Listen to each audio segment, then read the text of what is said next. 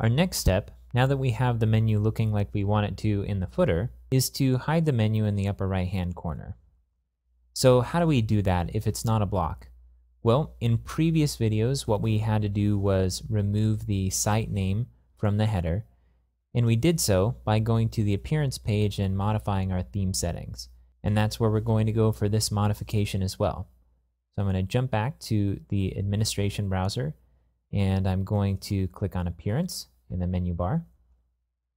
And then let's go ahead and modify the settings for our Bartik theme, which is our default front-end theme. And let's scroll down to the toggle section. So we have our toggle display options here, and we've already toggled off our site name. Next, we need to toggle off our menu, and we have two options, main menu and secondary menu. Now, if you were going to make a guess as to which one the user menu was in the upper right-hand corner, you'd probably be right.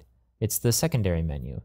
The main menu is the one that stretches across the top and has the tabs. So let's go ahead and uncheck secondary menu and scroll down to the bottom and click Save Configuration. Now that this has been changed, let's jump back to the anonymous browser and refresh.